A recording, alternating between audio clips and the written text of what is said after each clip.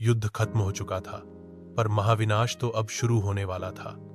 विजयनगर के दरवाजों पर खजी 5 सल्तनतों की विजयी सेना के लिए यह शहर अब सिर्फ एक खजाना था जिसे लूटना था, और एक दुश्मन था जिसे जब से मिटाना था। उन्होंने शहर के दरवाजे खोल दिए और बदले की आग में जल रही उनकी सेना अंदर घुस गई। देवा, जो अब एक बूढ़ा मूर्तिकार था, उसने अपनी पूरी जिंदगी इन्हीं गलियों को तराशते और सजाते हुए बिताई थी। उसने इन मंदिरों को अपनी छेनी से आकार दिया था। उसने इन बहारों में रौनक देखी थी। अपनी झोपड़ी के एक कोने में दुबक कर वो उस शहर को मरते हुए देख रहा था जिसे उसने अपनी आंखों के सामने जन्म लेते देखा था। बाहर से आ रही चीखें, तलवारों की टनटनाहट और इमारतों के गिरने की आवाज़ें उसके दिल में शूल की तरह चुभ रही थी। अगले 6 महीनों तक दुनिया के सबसे अमीर शहर को बेरहमी से लूटा गया। जो सैनिक कल तक युद्ध लह रहे थे, वो अब लुटेरे बन चुके थे। हरों लोगों को या तो मार दिया गया या गुलाम बना लिया गया। वो शानदार महल और मंदिर, जिनकी दीवारों पर देवताओं की मूर्तियां थीं, उन्हें आग लगा दी गई। हम्पी के बाहर, जहां कभी हीरे मोती बिकते थे, वहां अब सिर्फ इंसानी लाशें और राख बची थी।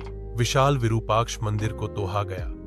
विट्ठल मंदिर के संगीतमय खंभों को शांत कर दिया गया। महानवमी डिब्बा, जहां से सम्राट पूरे साम्राज्य को देखते थे, उसे खंडहर बना दिया गया। हमलावरों ने एक एक इमारत को खोजकर तोहा और जलाया ताकि विजयनगर का नामो निशान हमेशा के लिए मिट जाए। उनकी नफरत इतनी गहरी थी कि उन्होंने शहर की सिंचाई व्यवस्था को भी नष्ट कर दिया ताकि यहां कोई दोबारा बस न सके। 6 महीने बाद जब वो लुटेरे सेनाएं गईं, तो पीछे सिर्फ एक खामोश, जलता हुआ खंडहर रह गया था। वो शहर जो कभी सोने की नगरी कहलाता था, अब एक भूतिया शहर था।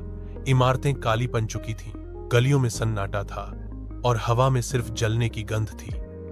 विजयनगर का शरीर मर चुका था, लेकिन क्या एक शहर सिर्फ इमारतों से बनता है? क्या उसकी आत्मा, उसकी कहानियों और उसकी विरासत को भी मिटाया जा सकता है?